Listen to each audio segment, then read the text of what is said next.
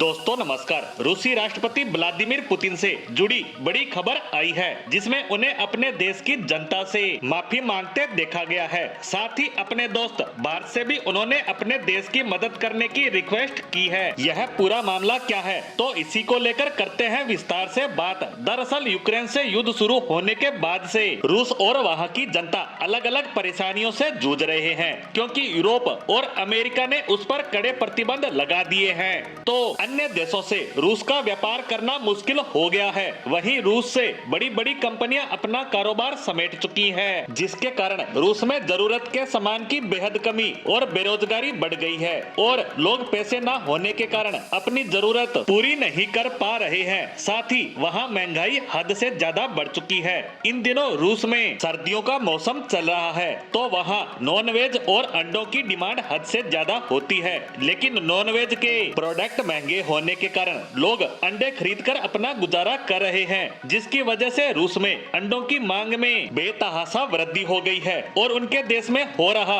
अंडों का उत्पादन भी उनकी जरूरतों को पूरा नहीं कर पा रहा है, जिससे वहाँ की जनता हद से ज्यादा परेशान है। क्योंकि ऐसे मौसम में वहाँ के लोग ये सब चीजें हद से ज्यादा खाते हैं। तो इसी परेशानी को देखते हुए रूसी राष्ट्रपति ने अपने देश की जनता से माफी मांगी है। साथ ही कहा है कि हम इस समस्या का समाधान जल्द ही निकालेंगे और उन्होंने इसके लिए अपने पड़ोसी देश कजाकिस्तान से बात भी की और कहा कि आपके देश में प्रचुर मात्रा में अंडों का उत्पादन होता है, तो आप अपनी सरप्लस मात्रा हमें दे दीजिए। लेकिन कजाकिस्तान ने अमेरिका से निकटता के चलते उन्हें कह दिया कि हम इस पर विचार करेंगे। इसीलिए थक हार कर पुतिन भारत आए हैं और रिक्वेस्ट की है कि प्लीज आप हमारे देश में अंडों का एक्सपोर्ट कीजिए, क्योंकि आप अंडों के बड़े उत्पादक देश हैं। अब आप कहेंगे कि इसमें कौन सी बड़ी बात है, हमें मदद कर देनी चाहिए। उल्टा हमारे अंडा उत्पादक लोगों की भी अच्छी खासी कमाई हो जाएगी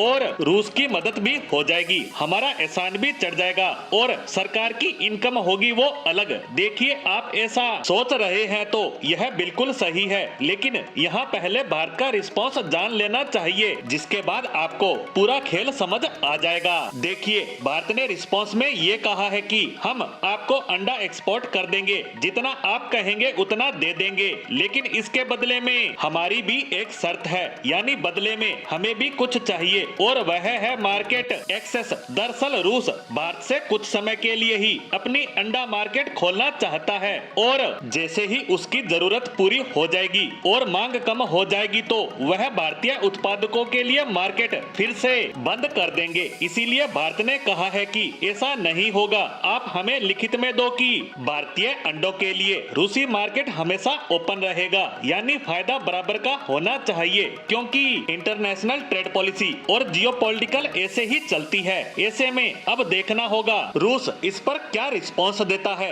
जिस पर हमारी नजर बनी रहेगी। इसी के साथ हमारी आज की पोस्ट को यही विराम देते हैं। धन्यवाद।